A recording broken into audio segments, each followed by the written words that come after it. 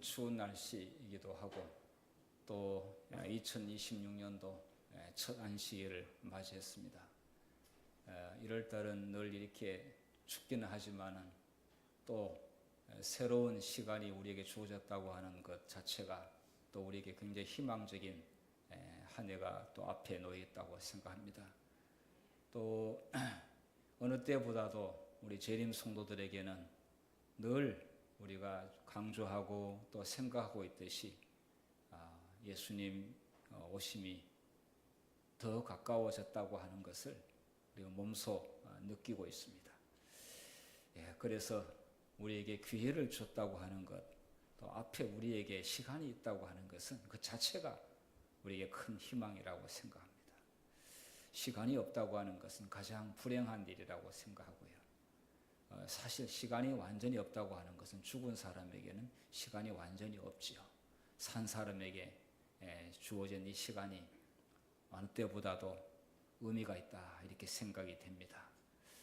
우리 모든 성도님들 어느 때보다도 예수님과 함께 새해를 시작하고 또 주님 안에서 또 여러 계획들을 세우고 또 주님과 협력해서 무엇을 한다고 이렇게 마음을 먹는다면은 안전하게 하나님께서 저희 모두를 인도하시리라고 믿습니다.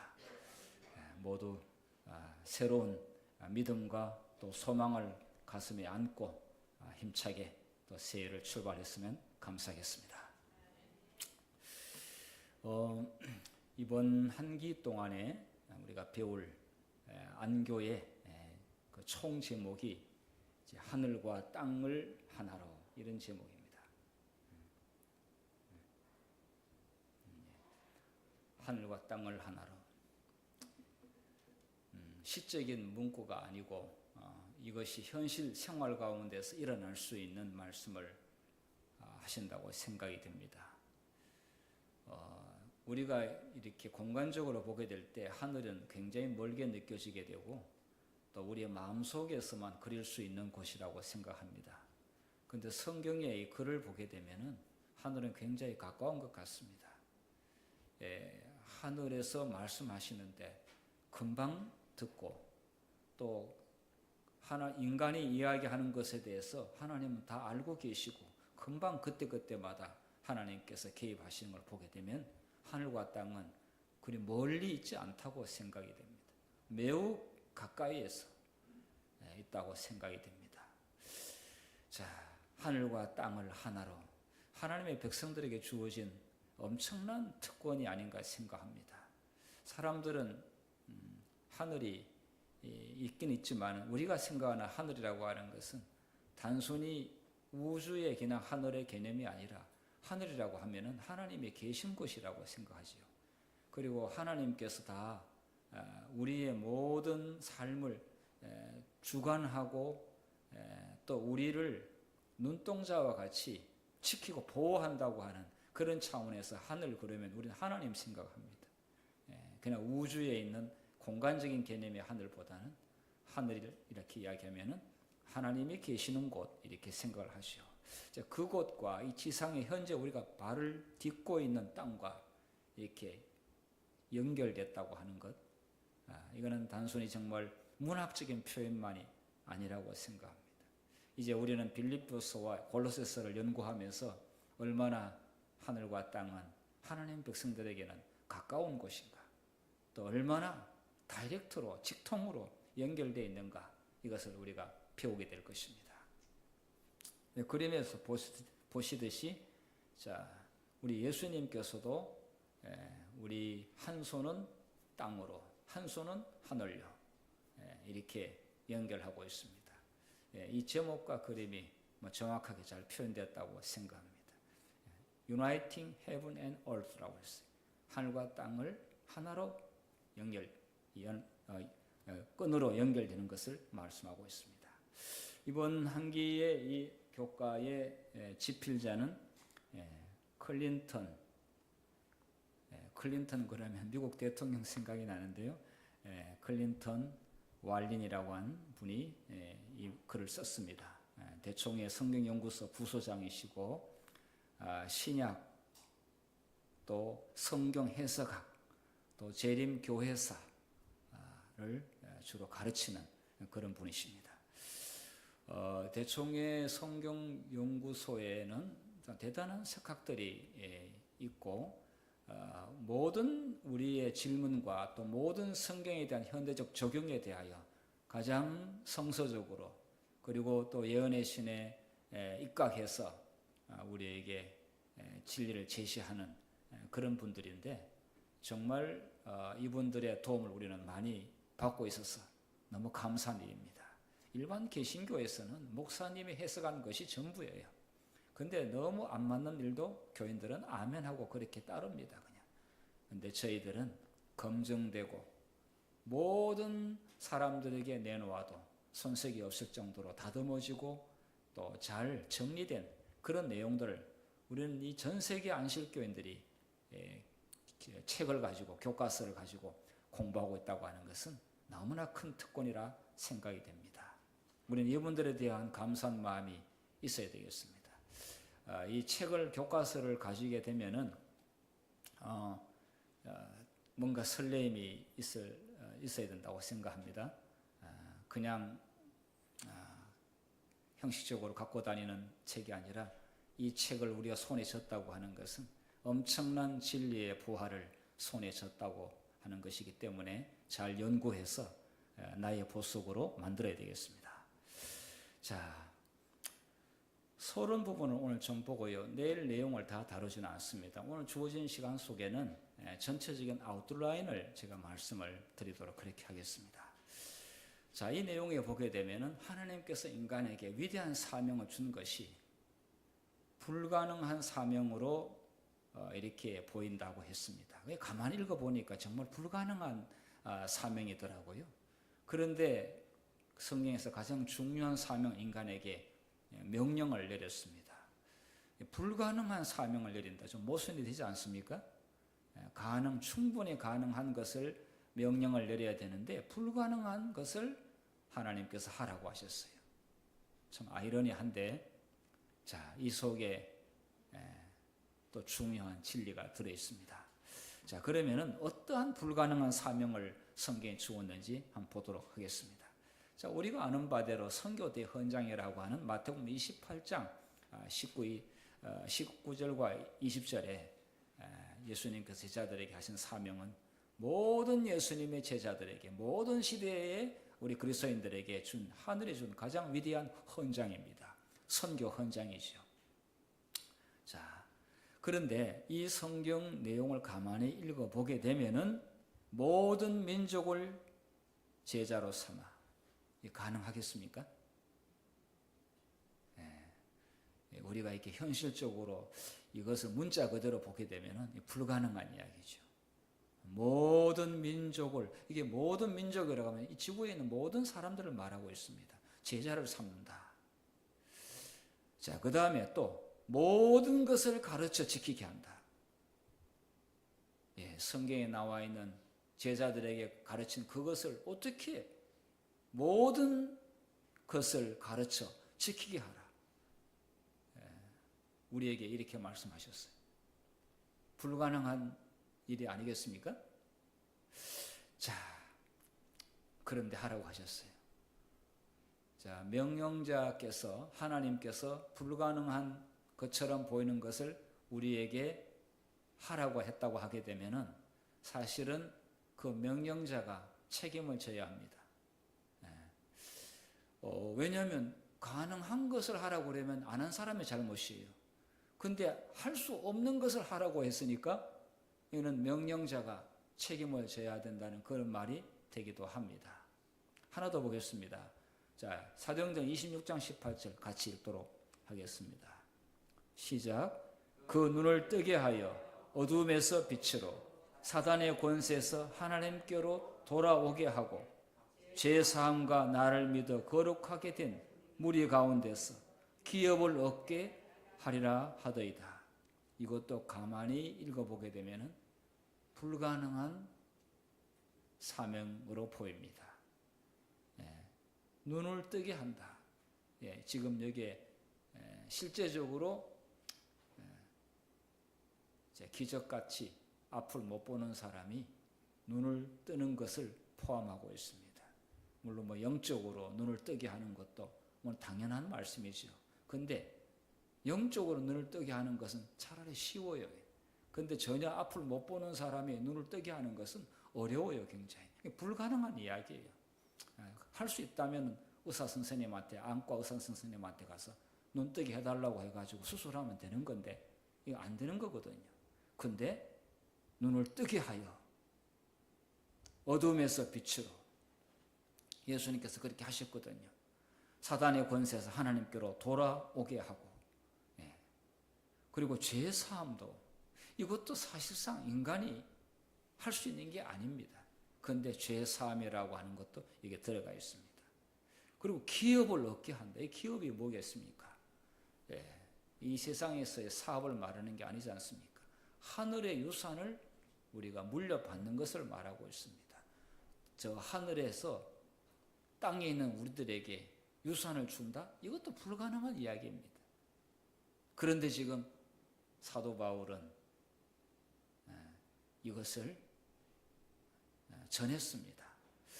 자, 이 말씀도 역시 똑같이 마태복음 28장의 말씀이나 같은 이야기입니다. 육신의 문제도 그렇지만 또 영적으로도 이 어두움에 갇혀 있는 자들을 빛 가운데로 끌어내라는 것이죠. 자, 그런데 이 불가능한 사명에 대하여 하나님께서 명령하신 이유를 우리 실물교훈의 말씀 속에서, 물론 성경에도 많이 있지만은 이 예언의 신 영감의 글에서 더 정확하게 답을 주고 있습니다. 자, 한번 같이 읽겠습니다. 시작. 사람의 의지와 하나님의 뜻이 협력할 때에 그것은 전능한 것이 된다. 하나님께서 하라고 명령하신 것은 무엇이든지 그분의 힘을 의지하여 이룰 수 있다. 그가 명하는 모든 것은 다 할 수 있는 것들이다. 제목은 불가능한 사명인데 조건은 하나님과 협력할 때. 하나님과 협력할 때. 인간의 손을 거쳤지만은 사실은 그 일을 하게 하신 분은 하나님이시기 때문에 전능한 것이 된다. 그러니까 사실 인간의 공로는 무라고 합시다. 그런데 인간의 손을 빌렸습니다. 마리아가 예수님을 임신했습니다. 마리아는 그 예수님, 하나님께서 하시는 일에 도구가 된 겁니다. 그 생명은 마리아가 절대로 만들 수 없는 것이죠. 요셉하고도 결혼하기 전에, 동거하기 전에. 그런데 마리아는 생명을 잉태했습니다. 그리고 출산을 했습니다. 그것은 전능한 일을 한 겁니다. 그러니까 사람이 하나님과 협업할 때, 또 함께 같이 협력하게 될 때 인간은 전능한 일을 하는 사람으로 그렇게 하나님께서 보신다는 것이고, 그래서 우리에게 주신 여러 사명들은 하나님과 협력함으로 다 이룰 수 있다, 이런 말씀을 하고 있습니다. 하늘과 땅을 하나 되게 할 수 있는 자가 있다면 누구라고 생각하십니까? 마태복음 24장 14절에 천국복의 모든 민족에게 전파된 후에 예수님께서 오신다고 그랬습니다. 근데 모든 민족들에게 전파된다고 했는데 혹 우리는 모든 민족들이 예수님을 믿어야 예수님께 오신다, 이렇게 우리가 해석하지 않습니다. 안 믿는 사람 많을 겁니다. 믿는 사람은 어쩌면 소수일지 모르겠습니다. 노아 때처럼 그 수많은 사람들이 들었습니다. 노아의 기별. 그런데 노아의 식구들 외에는 아무도 방주에 안 들어갔습니다. 어쩌면 지구의 마지막도 그럴 수 있습니다. 그런데 증거는 돼야 합니다. 자, 그런데 증언하는 일에 사람을 통해서 이 일을 하시는데, 이렇게 증언하는 일에 있어서 예수님께서 우리에게 모범을 보여주셨습니다. 물론 예수님은 유대 땅이라고 하는 한정된 가운데서 해주시면서 대신에 나머지는 내가 보낸 보혜사를 통해 가지고 예루살렘과 유대와 사마리아와 땅 끝까지 이르러 내 증인이 되리라 이렇게 말씀했기 때문에 사실은 예수님 하고 있는 것입니다. 예수님이 하고 있는 것이죠. 자, 창세기 28장 12절에 사닥다리가 나오는데 끝점이 어디라고 했습니까? 이 땅에서부터 시작해서 하늘 꼭대기라고 그렇게 했습니다. 하늘 꼭대기 하나님의 계시는 곳이라고 생각합니다. 자, 이 지상과 하늘이 닿았습니다. 여기에 사닥다리가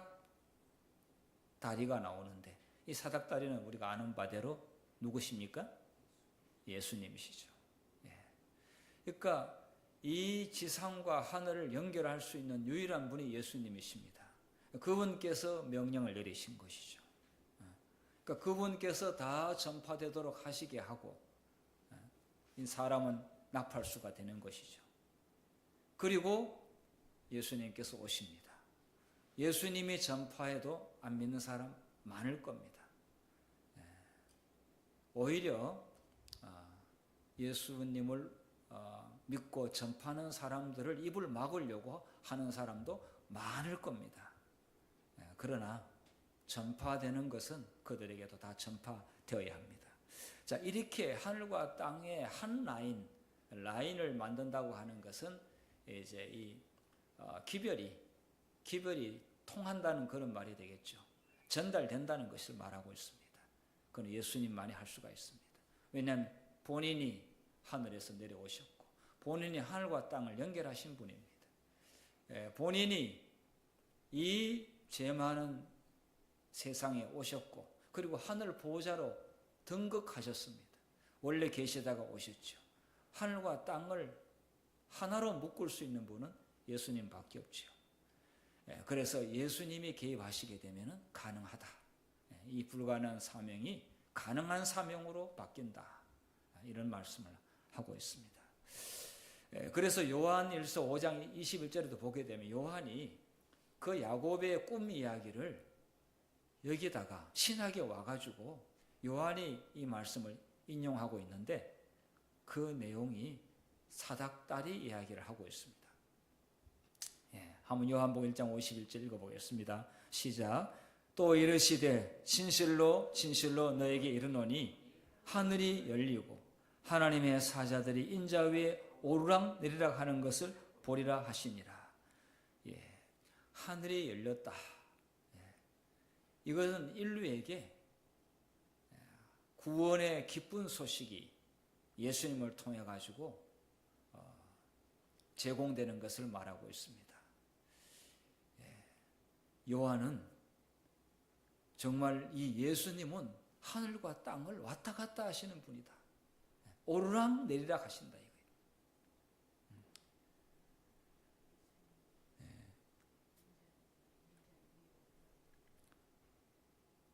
자, 그래서 예수님의 기별은 하늘에서 온 기별이고 그리고 땅에 들려져야 합니다. 그리고 예수님 몸 자신도 하늘에서 오셨고 땅과 연결시키셨습니다. 그래서 사람을 끌어서 한 손으로 사람을 끌어서 하나님의 보좌와 하나님의 손으로 연결을 시키는 일들을 하신 것을 요한이 꿈에서 본 야곱의 경험을 예수님에게 비유하고 있습니다. 자, 그래서 하늘과 땅이 연결됐다고 한다면 이 지상에 여러 교회들이 있는데 예수님 안에 있는데 하늘과도 연결되는데 지상의 교회들이 또 연결될 수밖에 없습니다. 더 연결 잘 돼야 되겠죠. 자, 그래서 바울은 이 지중해와 여러 이 소아시아 지방 로마까지 지중해를 중심으로 여러 교회를 개척했습니다. 그런데 그 교회들을 절대로 분리하지 아니하고 하나로 연결시켰습니다.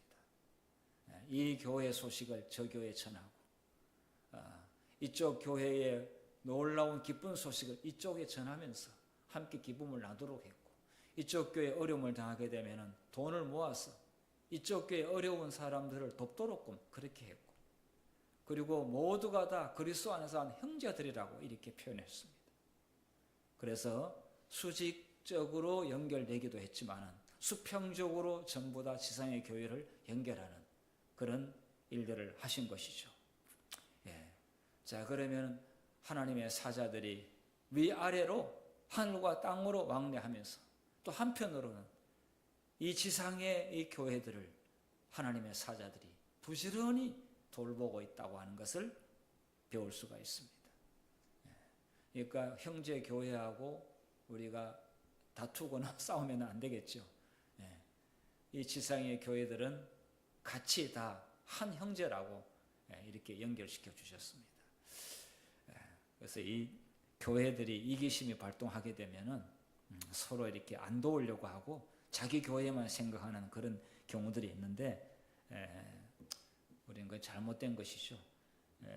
뭐 어떤 그런 인간의 욕심 때문에 교회가 또 이렇게 성장하는 경우도 있기는 합니다.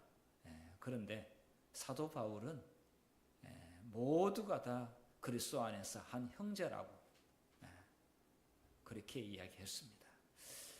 제가 전에 어느 교회에 있을 때 그 교회에 가서 봉사하게 되면 목사님들이 굉장히 안 좋아하더라고요.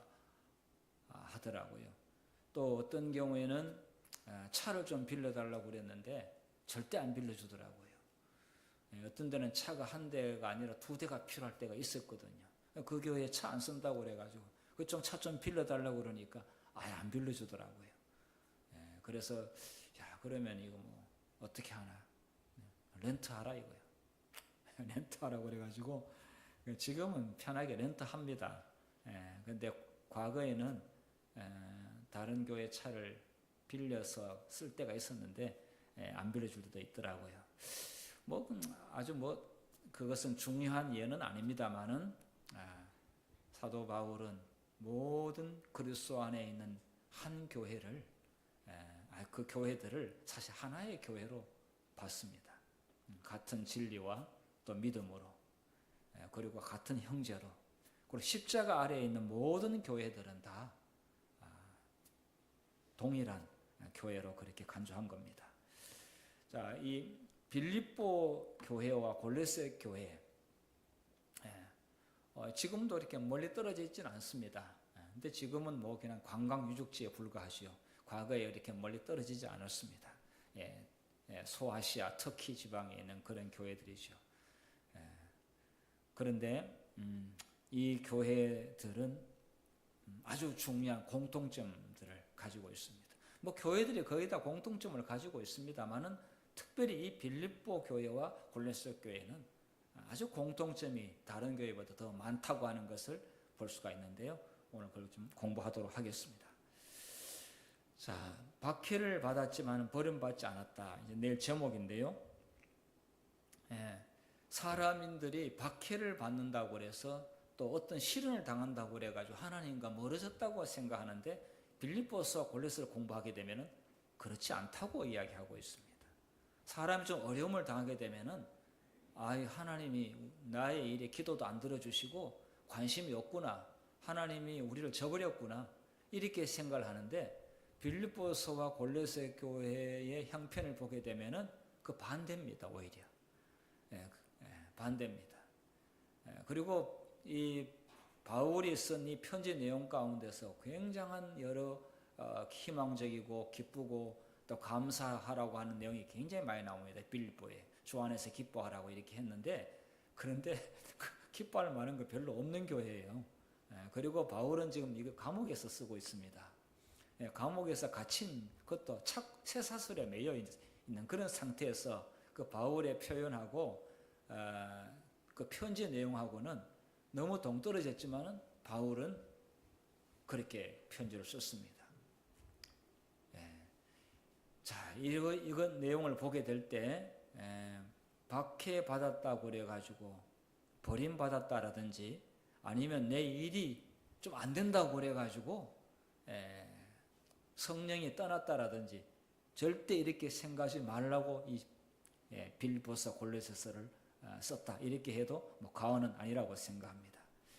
자, 빌립보 4장 4절 우리가 가장 잘 많이 들었던 말씀이죠. 함께 읽겠습니다. 시작.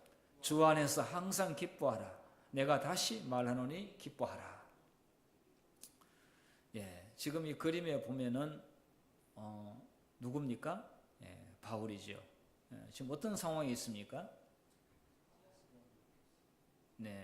투옥되어 있는 모습인데 어떻게 되어 있어요? 이게 손이 이렇게 사슬로 매여 있는 것을 볼 수가 있습니다. 조금 후에 말씀드리지만은 이 당시 편지를 쓰게 될 때 바울은 가택연금 상태에 있었습니다. 그러니까 우리 가택연금이라고 하면 감옥에 이렇게 다른 죄수들하고 같이 있는 것보다는 좀 편하지 않느냐 이렇게 생각할 수가 있는데 어떤 면에서는 좀 편하기도 합니다. 그런데 몸은 사슬로 완전히 교도관 가운데서 아주 바울을 전담하는 사람이 옆에서 항상 대기하고 있고 몸이 사슬로 묶여져 있는 가운데서 비교적 몸이 묶여져 있지만은 글 쓰는데 편지 쓰는데 좀 자유로운 가택연금 상태에 있었던 것으로 전해지고 있습니다. 어쨌든 여러분 이렇게 사슬로 사람이 이렇게 손과 발이 묶여 있다고 하는 것 자체가 얼마나 괴로운 일입니까? 화장실 갈 때도 그렇지요. 어디 뭐 잠시 움직일 때도 주렁주렁 달고 움직여야 된다고 하는 것이 그리고 살이 이렇게 해질 수도 있고 또 멍이 들고 피가 나고 만약에 예수님을 안 믿고 억울하게 그렇게 된다면은 제명에 못 살 겁니다. 뭐 자살을 하든지 아니면 분해가지고 아주 뭐 자결을 하든지 그럴지 모르겠어요. 그런데 예수님을 믿고 복음 전하고 있다 이렇게 된 거니까 실제로 그의 마음은 빌립보서를 통해서 보게 되면 매우 평안했다고 하는 것을 볼 수가 있습니다. 갇혔으나 그는 평안했다고 하는 걸 볼 수가 있습니다. 자, 사슬에 매운 바울 에베소 6장 20절에 이렇게 기록되어 있는데요. 자, 읽어보겠습니다. 가로 빼고 읽어보겠습니다. 에베소 6장 20절 시작. 이 일을 위하여 내가 쇠사슬에 매인 사신이 된 것은 나로 이 일에 당연히 할 말을 담대히 하게 하려 하심이니라. 좀 매우 역설적인 표현입니다. 쇠사슬에 매인 그런데 사신이라고 그랬어요. 그리고 또 나는 이 일로 당연히 할 말을 담대히 하게 하려 한다. 이렇게 돼 있으면 담대히 말할 수 있는 게 아닌데 오히려 담대히 할 말을 하게 한다.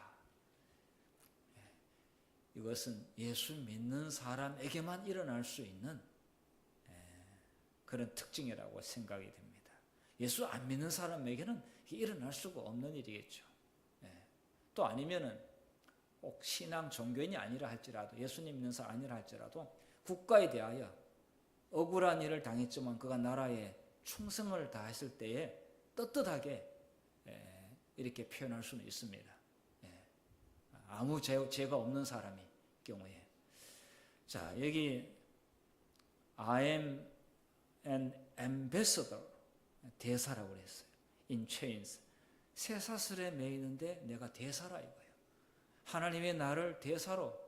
그런데 아니 쇠사슬을 풀고 밖으로 열심히 다녀야 자유롭게 복음을 전할 수가 있는 게 그게 정상이잖아요. 그런데 묶어놓고 대사. 아니 대사가 묶입니까? 대사는 자유롭게 다른 나라에 가서 대사 건드렸다가는 대통령이 보낸 나라의 최고 지도자가 보냈기 때문에 그 대사를 해치게 되면은 그 보낸 대통령을 해치는 것과 동일합니다. 모든 것에 대해서 안전을 보장해야 되고 그렇게 해야 됩니다. 그런데 여기 사도 바울이 나는 대사다. 그러나 사슬에 매인 대사다. 이렇게 얘기했고요.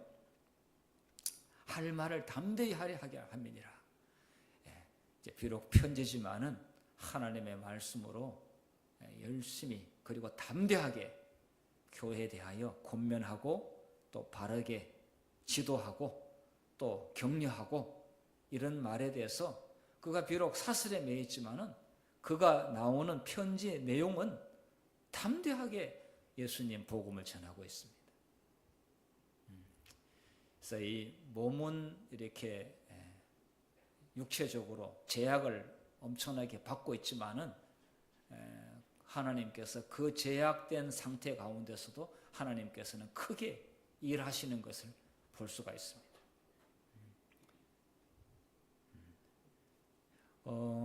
옥중서신 가운데 이제 이 빌립보서가 옥중서신이죠. 감옥에서 썼기 때문에 옥중서신이라고 합니다. 옥중서신은 보통 4개를 이야기합니다. 빌립보서, 골로새서, 에베소서, 빌레몬서. 이제 로마 감옥에서 글을 썼는데 디모데 후서는 나중에 다시 투옥이 될 때에 디모데 후서, 디모데 젊은 목사에게 보내는 편지도 옥에서 감옥에서 보낸 걸로 그렇게 간주하고 있습니다. 일반적으로 옥중서신이라고 하면 이 4개의 편지를 말하고 있습니다. 서기 62년 정도 그때였습니다. 여러분 이때는 이 지구상에서 가장 악랄한 로마의 황제 누구라고 생각됩니까? 네로가 통치하고 있던 시기였습니다. 참 이럴 때에 하나님께서 귀에 쓰는 바울, 그 다음에 사단이 세워놓은 네로, 이 네로를 통해서 많은 그리스도인들을 핍박하고 죽이고 그렇게 했습니다. 그러면 네로는 거의 광기 어린 살인자와 같죠. 그런데 예수님의 십자가의 보혈로 새 사람 된 바울은 용기는 백백하지만은 그러나 사슬에 묶여있는 인간적으로 보게 될 때 너무나 안타깝고 연약한 사람이죠. 그러나 그 연약한 사람을 통해 가지고 하나님은 위대한 일들을 지금 하고 있는 것이죠. 그의 편지 하나하나가 교회를 든든히 세우는 일에 강력한 영향을 미치고 있는 것을 볼 수가 있습니다.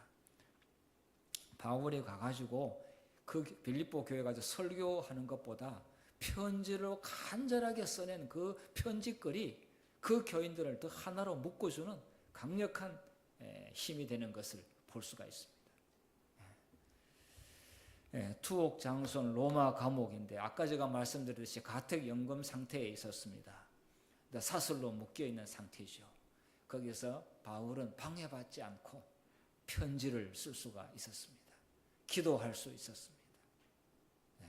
그리고 그 로마 감옥에 있는 간수들이나 가이사의 집 사람들, 그러니까 가이사라고 하는 것은 황제의 황제 안에서 근무하고 있는 그런 직원들이겠죠. 고급 그 왕을 보좌하고 있는 그런 사람들에게 그걸 성경에 보게 되면 가이사의 집이라고 했어요. 영어 시저 가이사의 집인데 그 사람들에게도 복음이 들어갔어요. 그러니까 감옥에 갇히지 않고서 일어날 수 없는 일이 바울이 감옥에 갇힘으로 인해 가지고 지금 그런 기적 같은 일이 벌어지고 있는 것이죠. 바울은 이걸 알았어요. 내가 지금 밖에 나가서 여기저기 교회를 돌보아야 되는데 하나님 이게 뭡니까? 라고 한탄만 하고 정말 하나님 나를 어떻게 이렇게까지 할 수가 있겠습니까? 라고 그렇게 하지 않았어요. 나는 이 가운데서도 가이사의 집의 사람들에게 또 시위대 안에 온뜨리는 사람들에게 로마 이 넓은 그 로마가 지배하고 있는 그 넓은 영토의 심장부에서 내가 이들에게 예수 그리스도의 십자가의 복음을 전하고 있다는 그런 자부심으로 그렇게 지금 여기서 있는 것이죠. 그러면서 또 교회를 향하여 글을 보내고 있는 것입니다. 디모데 보고 오라고 그래서 이 편지 보내고 디도한테 오라고 그래서 또 편지를 보내고 이렇게 하고 있는 것이죠. 자, 여기 온 시위대에게 복음을 전했다라고 빌립보 1장 13절에 이야기하고 있는데 이 황제를 경호하고 있는, 그리고 또 그 안에 뭐 또 여러 정치범이라든지 또 죄수들이 있겠죠. 뭐 잡범들은 없을 거라고 생각이 됩니다. 그런데 이런 정치범들을 가둬놓는 그런 일에 또 경비하는 사람들이, 교도관들이 또 있었겠죠. 그러니까 그 사람들이 14,000명 정도로 그렇게 추정이 됩니다.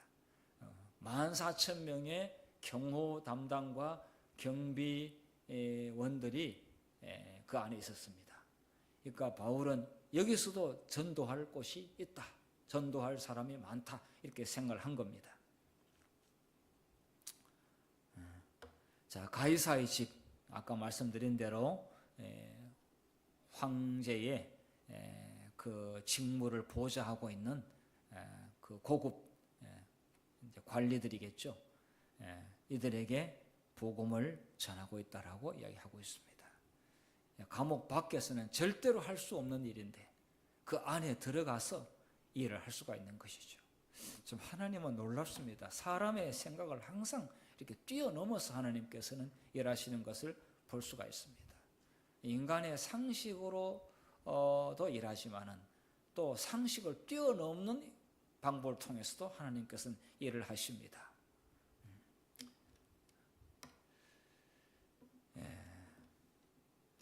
자, 이 본인이 사슬에 매여 있는 가운데서 여러 가지로 어려움을 겪고 있는 다른 신자들에게 그가 편지한 그 내용은 정말 큰 위로가 되었습니다. 정말 편안하게 좋은 그 궁궐에서 있으면서 편지 쓰면은 또 그 어려운 사람에게 위로와 격려, 그 말이 감동이 안 됩니다. 그런데 바울 자신이 그러한 상황에 있으면서 오늘도 복음을 전하기 위해서 불철주야 고생하고 또 핍박받는 사람들에게 또 교인들에게 이렇게 용기 주는 말을 했을 때 그 자체가 정말 감동이죠. 자, 고린도후서 4장 8절에 있는 말씀, 자, 한번 같이 읽어보겠습니다. 시작. 우리가 사방으로 우겨삼을 당하여도 쌓이지 아니하며 답답한 일을 당하여도 낙심하지 아니하며 박해를 받아도 버림받지 아니하며 거꾸로 때림을 당하여도 망하지 아니하고 우리가 항상 예수의 죽음을 몸에 짊어지면 예수의 생명이 또한 우리 몸에 나타나게 하려 함이라. 예수의 죽음을 몸에 짊어졌다 이거죠. 그 고난의 흔적이 몸에 늘 짊어지고 살고, 그러니까 늘 죽음이 앞에 있다는 겁니다. 그렇지만은 부활을 통한 예수의 생명이 또 우리를 통해서 현재 살아 있으니까 지금 하나님의 은혜로 우리가 살고 있고 예수님의 그 부활의 생명이 우리 마음 가운데 또 역사하고 있다, 이렇게 말씀하고 있습니다.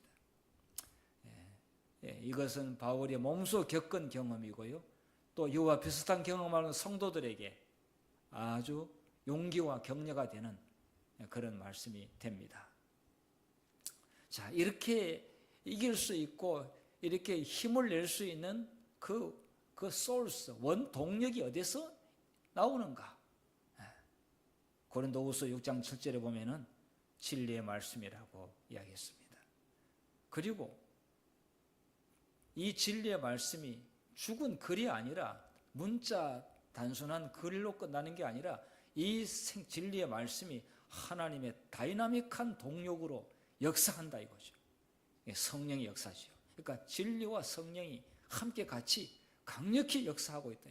그러니까 이런 힘이 마음속에 사람의 마음을 움직이고 있으니까, 그러니까 거꾸로 틀어도 일어나고 절대 안 망한다 이거죠. 교회 아무리 그래도 교회가 다시 일어나고 더 강하게 교회 신자들이 믿음으로 경고에 서는 것을 말씀하고 있습니다. 환경과 자신을 바라보며 낙담할 수는 있지만은 또 성경을 끊임없이 배우고 또 진리의 말씀을 옹호하고 확신하게 될 때에 성령께서 그 말씀과 함께 같이 역사합니다. 그래서 이 성경의 진리와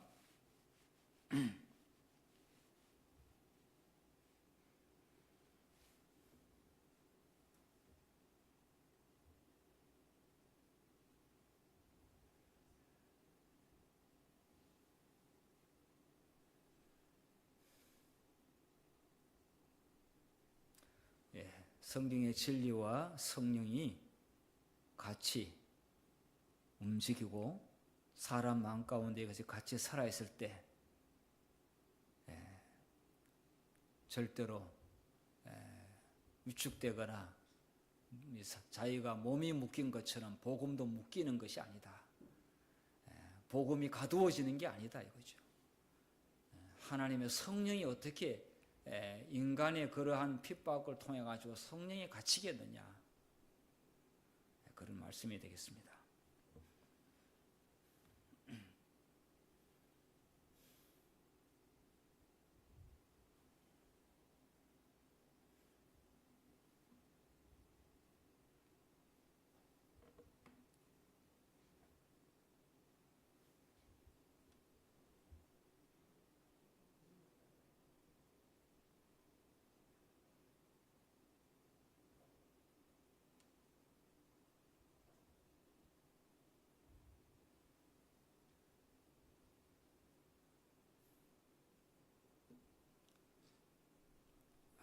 제가 지금 좀 가슴이 조여와서 조금 정리를 이제 마무리를 해야 되겠습니다.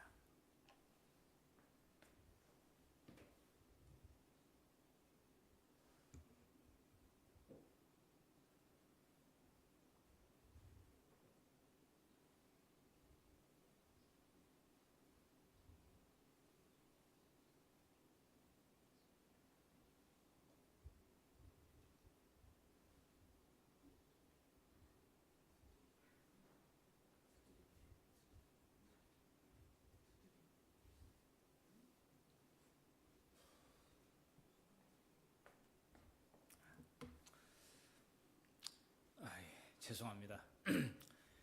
갑자기 이렇게 결려가지고요. 제가 이제 좀 마무리를 하도록 하겠습니다.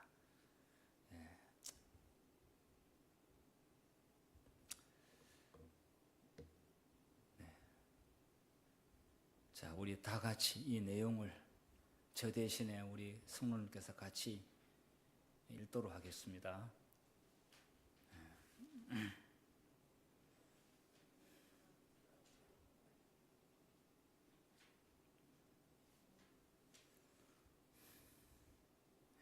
시작. 하나님께서 성령의 거룩하게 하심과 진리를 믿음으로 구원받도록 그대를 택하셨다. 그러므로 굳건히 서라.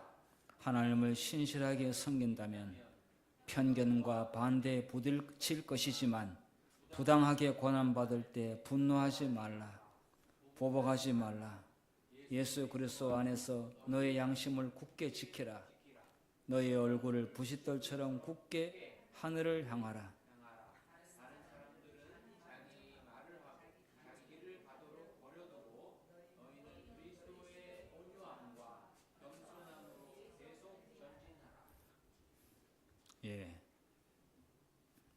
우리가 하나님께서 우리를 택하셨는데요, 하늘과 연결된 일꾼으로 택했기 때문에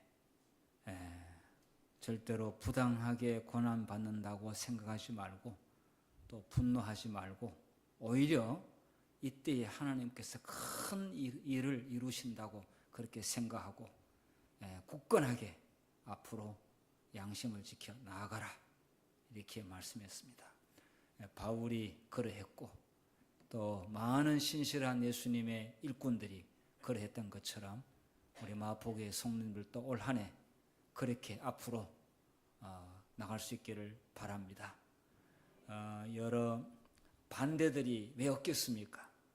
또 우리의 뜻대로 다 된다면 좋겠지만 안 되는 일이 또 얼마나 많겠습니까?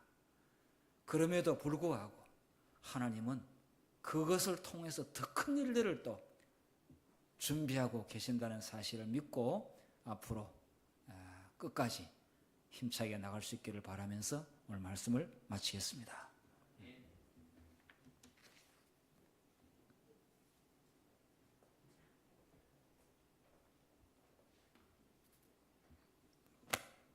네, 모두 자리에